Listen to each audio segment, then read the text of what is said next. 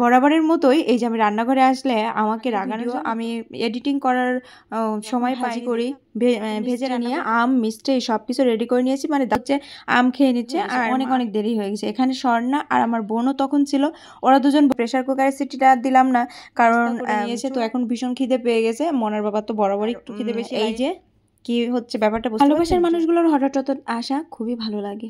আমি জানি আমার মতো অনেকেরই ভালো লাগবে। গুড মর্নিং এভরিওয়ান, আশা করছি আমার নতুন একটি ব্লগে আপনারা অনেক অনেক আনন্দ পাবেন। সেই সাথে আপনাদের সবাইকে অনেক অনেক সুস্বাগতম, সবাইকে নমস্কার জানাচ্ছি। তো সকাল সকাল বৌদিরা মিলে আমরা হচ্ছে চা খাচ্ছি, মানে তো দেখতেই পাচ্ছেন বৌদি, স্বর্ণা, তারপর হচ্ছে বাবাই, আমরা সবাই মিলে চা খাচ্ছি। আর আমি হচ্ছে একটু দাঁড়িয়েই খাচ্ছিলাম কারণ আমি একটু বিজি ছিলাম, মানে সকালের নাস্তা বানাচ্ছিলাম। তো চা খাওয়া শেষ করার পর এখন এই যে চলে এসেছি, হচ্ছে সকালের নাস্তা করেছিলাম, হচ্ছে রান্না করেছিলাম খিচুড়ি, তার সাথে হচ্ছে ডিম ভাজি করতেছি। অ্যাকচুয়ালি শর্টকাট খাবার, কারণ বেশি ঝামেলা করতে গেলে অনেক অনেক সময় লাগে। আর বৌদিরা আসলে আমি এমনিতে একটু দেরি করে ওঠা হয়, এটা আমার এমনিতেও একটা অভ্যাস হয়ে গেছে। তো এই ভিডিওটা আসলে আমার অনেক অনেক দিনের আগের ভিডিও, আমি এডিটিং করার সময় পাইনি দেখে আপনাদের সাথে শেয়ার করতে পারি নাই। ভাবলাম এত সুন্দর একটা মুহূর্ত আপনাদের সাথে শেয়ার না করলে হয়, তাই তো গ্যালারিতে রেখে দিয়েছিলাম। তো আজকে হঠাৎ করে মনে হলো যে এডিটিং করে আপনাদের কাছে দিই। আর বরাবরের মতোই এই যে আমি রান্নাঘরে আসলে আমাকে রাগানোর জন্য তো একজন আছে। যাই হোক, সকালের নাস্তা টাস্তা করে নিয়েছি, ওগুলো আর আমি আসলে ভিডিও করার টাইম পাইনি। এখন সোজা চলে এসেছি দুপুরে রান্না করতে।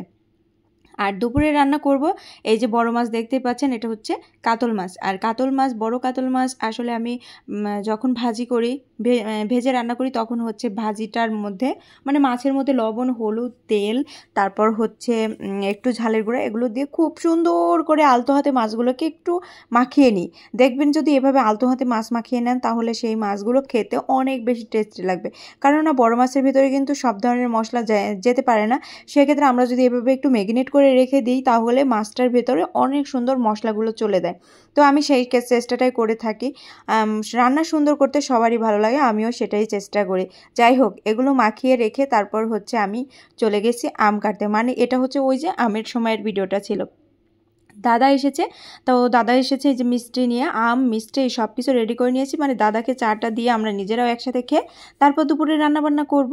কিন্তু মাঝখানে অনেক অনেক অনেক সময় কিন্তু পার হয়ে গেছে, তারপরেও কিছু করার নেই, কারণ দাদা যেহেতু এসেছে এত দূর থেকে, দাদাকে তো চা নাস্তা দিতেই হবে, সাথে আমরাও খেয়ে নিলাম। আর মিষ্টি খাবার আমার বরাবরই পছন্দ, আপনারা সবাই জানেন মিষ্টি খাবারটা আমার ভীষণ ভীষণ পছন্দ। এই তো চাটা বানিয়ে নিয়ে একদম বসে পড়েছি আমরা বেডে।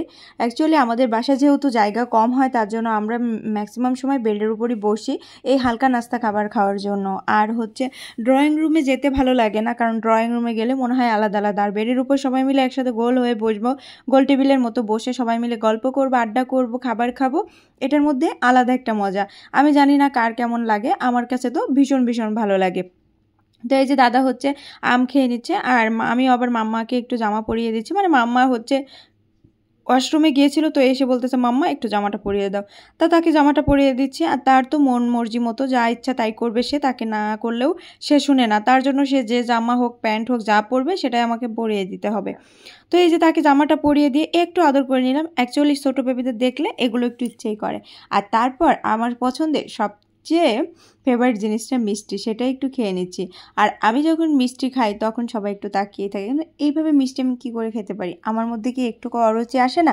না, আমার একটু অরুচি আসে না, মিষ্টি আমার ভীষণ ভীষণ পছন্দ, তাই তো মিষ্টি একটু খেয়ে নিলাম। তো মিষ্টি খেয়ে নিয়ে এখন হচ্ছে চাটাও খাবো, আর চাটার কালারটা কিন্তু জাস্ট ওয়াও হয়েছে। এখন দাদা বৌদিরা সবাই খাবার খেয়ে নিচ্ছে, আর আমি এখন ঝটপট চলে গেলাম রান্নাঘরে, মানে দেরি হয়ে গেছে, অনেক অনেক দেরি হয়ে গেছে। এখানে স্বর্ণা আর আমার বোনও তখন ছিল, ওরা দুজন বসেছে কাটাকাটি করতে, মানে পেঁয়াজ রসুন, যেহেতু আজকে একটু ভালো খাবার রান্না করব তার কারণে পেঁয়াজ রসুন মশলা সব কিছুই বেশি লাগবে। এদিকে ওরা হচ্ছে আমাকে কাটাকাটি করে দিচ্ছে, আর এদিকে আমি এই যে রান্নাটা বসিয়ে দিয়েছি, মানে এক চুলায় মুগের ডাউল বসিয়ে দিয়েছি, আর এক চুলায় হচ্ছে মাছ ভাজি করে নিয়েছি হালকা মিডিয়াম তাপে। আর মুগের ডাল মাছের মুড়ো দিয়ে খেতে আমার ভীষণ ভীষণ পছন্দ, আর আমার হাতের এই রান্নাটা কিন্তু আমার দাদার ছেলে মেয়ে ভীষণ ভীষণ পছন্দ করে, তার জন্য ওরা আসলে আমি এটা চেষ্টা করি। আর যেহেতু মনার বাবা এগুলো খেতে পারে না, তার জন্য আমি একা একা আসলে এগুলো আর রান্না করেও খেতে ইচ্ছে করে না। তো কেউ আসলে আমি এই জিনিসগুলো রান্না করি, আমার ভীষণই ভালো লাগে। তো ডালটা সোমবার দিয়ে এবারে হচ্ছে খাসির মাংস বসিয়ে দিয়েছি, মানে এই তো এক পাশে খাসির মাংস বসিয়ে দিয়েছি। খাসির মাংস হতে যেহেতু সময় লাগে আর আমার যেহেতু টাইম আছে হাতে, তার জন্য আমি প্রেশার কুকারে সিটিটা দিলাম না, কারণ চুলায় রান্না করলে স্বাদটাও ভালো বাড়ে। আর এই তো আমার খাসির মাংস রান্না একদম একদম রেডি। একদম পাতলা পাতলা ঝোল হয়েছে খাসির মাংসটা, আমি যেমনটা চেয়েছিলাম ঠিক তেমনটা হয়েছে, কারণ পাতলা পাতলা ঝোল খেতে ভীষণই ভালো লাগে, টেস্টটাও না জাস্ট ওয়াও হয়েছিল। তাই এই যে খাসির মাংস রান্না করেছি, আর কি কি রান্না করছি আপনাদের সাথে অবশ্যই শেয়ার করছি। রান্না করলাম হচ্ছে যে রুই মাছটা মেখে রেখেছিলাম, সেই রুই মাছের হচ্ছে কাতল মাছের হচ্ছে কালিয়া। আর এদিকে মুরগির মাংস রান্না করে নিয়েছি। দাদা তো খাসির মাংস খায় না, মনার বাবাও তেমন খেতে পারবে না, তার জন্য মুরগির মাংসর সাথে রান্না করেছি। আর হচ্ছে মুগের ডাল।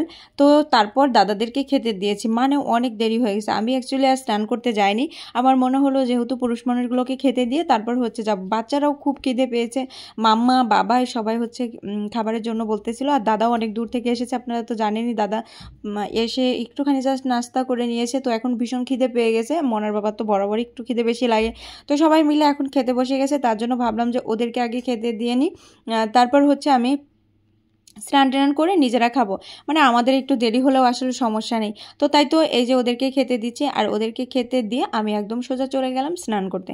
আর স্নান টান করে একদম চলে এসেছি। এই যে বৌদি, এরপর হচ্ছে আমার বোন, তারপর হচ্ছে আমাদের ভাইয়ের মেয়ে, সবাই মিলে একসাথে খেতে বসেছে। আর একসাথে খেতে বসার মধ্যে অনেক অনেক আনন্দ। আর এই যে কি হচ্ছে ব্যাপারটা বুঝতে পারছেন, জুম করা হচ্ছে, মানে এটা তো আপনারা জানেন আসলে কে জুম করে। মনের বাবা সবসময় যে কোনো সিচুয়েশনে আমরা যদি খেতে বসি আমার সাথে দুষ্টুমি করবে, আর যেহেতু বোন শালিকা হয় সে বোনের সাথে দুষ্টুমি করবে, এটা সবসময় করে থাকে সে। তাই তো সে এই যে বোনের সাথে দুষ্টুমি করতেছে, জুম করে করে ভিডিও করতেছে। জানি না আপনাদের কারোর সাথে এমন কিছু হয় কিনা, তবে আমাদের পরিবারে ভীষণ ভীষণ হাসি খুশি মজা আড্ডা এবং দুষ্টুমি করেই কাটে।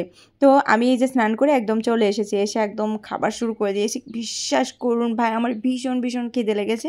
আমার এত খিদে লেগেছে যেটা বলার মতো না। সারাদিন দাঁড়িয়ে দাঁড়িয়ে রান্না করলাম, রান্না করতে কিন্তু বেশ খানিকটাই সময় লাগে, তাই না? আর দাঁড়িয়ে দাঁড়িয়ে রান্না করার পর এত টায়ার্ড লাগছিল যেটা বলার মতো না। তো এই যে আমি এই যে খাচ্ছি, সে আমাকেও জুম করছে, বলেন কেমন লাগে? কিছুই করার নেই, অ্যাকচুয়ালি এগুলোই আমরা মেনে নিয়ে অনেক মজা করেই আছি। আর খাবারগুলো প্রত্যেকটা খাবার অনেক অনেক বেশি স্বাদ হয়েছিল। আমি জানি হচ্ছে যদি মনোযোগ দিয়ে রান্না করা যায় তাহলে প্রত্যেকটা মানুষেরই খাবার খেতে তৃপ্তি লাগে এবং রান্নাটাও কিন্তু স্বাদ হয়। তো এই যে সবাই যে যার মতো যে যতটুকু খাবে সে ততটুকুই নিয়ে নিচ্ছে। অ্যাকচুয়ালি খাবারটা তো অন্যের ডিমান্ড অনুযায়ী আসলে খাওয়া যায় না, কারণ অন্যের ডিমান্ড অনুযায়ী খেতে গেলে বেশি খাবার খাওয়া যাবে না। আর যেহেতু এগুলো অনেক অনেক পদ, তেলও বেশি দিয়ে রান্না করেছি, সেই ক্ষেত্রে নিজের ইচ্ছা মতোই খেতে হবে। তো এই যে সবাই হচ্ছে যে যার মতোই নিয়ে নিচ্ছে, আমিও তা আমার মতো নিয়ে নিলাম। আর আজকের মতো আমার ভিডিওটি আমি এখানে এন্ড করছি। আশা করছি আমার ভিডিওটি আপনাদের ভালো লেগেছে, আর যদি ভালো লেগে থাকে তাহলে অবশ্যই লাইক কমেন্ট শেয়ার করে পাশে থাকবেন। আর এতক্ষণ ধরে যারা আমার ভিডিওটি দেখেছেন তাদেরকে তো অসংখ্য অসংখ্য ধন্যবাদ। নেক্সট টাইম আবারও দেখা হচ্ছে, টাটা।